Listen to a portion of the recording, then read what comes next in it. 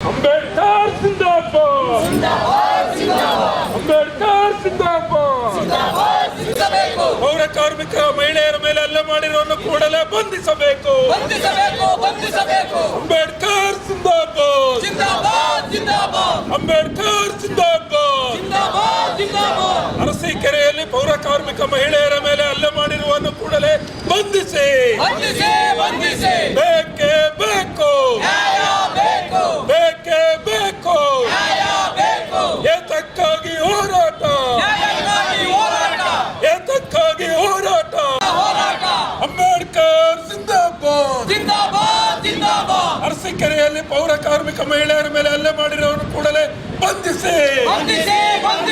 ಜಾತೀಯತೆ ನಾಶವಾಗಲಿ, ಜಾತೀಯತೆ ನಾಶವಾಗಲಿ. ಅಂಬೇಡ್ಕರ್ ಜಿಂದಾಬಾದ್. ಮಗನನ್ನು ಗಡಿಪಾರು ಮಾಡಿ ಬಂಧಿತ ತಾಯಿ ಮಗನನ್ನು ಗಡಿಪಾರು ಮಾಡಿ ಜಿಂದಾಬಾದ್ ಜಿಂದಾಬಾದ್. ಇದೆ ಹಾಸನ ಪೌರ ನೌಕರರ ಸಂಘದ ಪ್ರಧಾನ ಕಾರ್ಯದರ್ಶಿ ಲೋಕೇಶ್ ತಿಳಿಸೋದೇನು ಅಂತಂದ್ರೆ, ಏನು 18ನೇ ತಾರೀಕು ಹಾಸನ ತಾಲೂಕು ಅರಸೀಕೆರೆ ನಗರಸಭೆಯ 23ನೇ ವಾರ್ಡಿನಲ್ಲಿ ಮುಜೋರ್ ಮೊಹಲ್ಲಾ ಅಂತ ಒಂದು ವಾರ್ಡ್ನಲ್ಲಿ ನಮ್ಮ ನಗರಸಭೆಯ ಮಹಿಳಾ ಪೌರ ಕಾರ್ಮಿಕರು ಸ್ವಚ್ಛತಾ ವಿಭಾಗದ ಕೆಲಸವನ್ನು ನಿರ್ವಹಿಸುತ್ತಿದ್ದಂಥ ಸಂದರ್ಭದಲ್ಲಿ ಏನು ತ್ಯಾಜ್ಯ ವಸ್ತುವನ್ನ ಮನೆ ಪಕ್ಕದಲ್ಲಿ ಅಂದ್ರೆ ನಗರಸಭೆಗೆ ಸೇರಿದಂತ ಜಾಗದಲ್ಲಿ ಹಾಕಿರ್ತಂತ ಸಂದರ್ಭದಲ್ಲಿ ಅದೇ ನಗರದ ನಿವಾಸಿಯಾದ ಮುನವರ್ ಮತ್ತು ಅವರ ತಾಯಿ ಅವಾಚ್ಯ ಶಬ್ದಗಳಿಂದ ಬೈದಿದ್ದು ಅಲ್ಲದೆ ಮನೆಯಿಂದ ಕಟ್ಟಿಗೆ ಅಂದ್ರೆ ಒಂದು ಸೌದೆ ಪಟ್ಟಿಯನ್ನು ತಗೊಂಡು ಬಂದು ನಮ್ಮ ಮಹಿಳಾ ಪೌರ ಕಾರ್ಮಿಕರ ಮೇಲೆ ಹಲ್ಲೆ ಮಾಡಿರ್ತಾರೆ. ಹಲ್ಲೆ ಮಾಡಿರುವಂತ ದೃಶ್ಯವನ್ನ ಈಗಾಗಲೇ ಎಲ್ಲಾ ಚಾನೆಲ್ನಲ್ಲೂ ಕೂಡ ವಿಸ್ತಾರಗೊಂಡಿದೆ.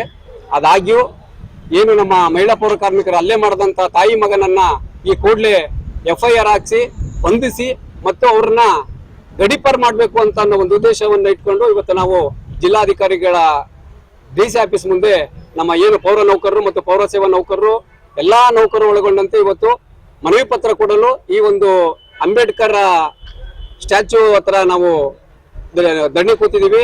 ಹಾಗೇನೆ ನಾವು ಜಿಲ್ಲಾಧಿಕಾರಿಯಲ್ಲಿ ಮನವಿ ಮಾಡ್ಕೊಳ್ಳೋದೇನು ಅಂತಂದ್ರೆ, ಇವತ್ತೇನು ನಗರದ ಸ್ವಚ್ಛತೆಯನ್ನ ಕಾಪಾಡೋದ್ರ ಮೂಲಕ ಮತ್ತು ನಗರದ ಜನತೆಯ ಆರೋಗ್ಯವನ್ನು ಕಾಪಾಡುವಂತ ನಮ್ಮ ಪೌರ ಕಾರ್ಮಿಕರ ಮೇಲೆ ಹಲ್ಲೆ ನಡೀತಿರೋದು ಅಘೋರ ಅಪರಾಧ.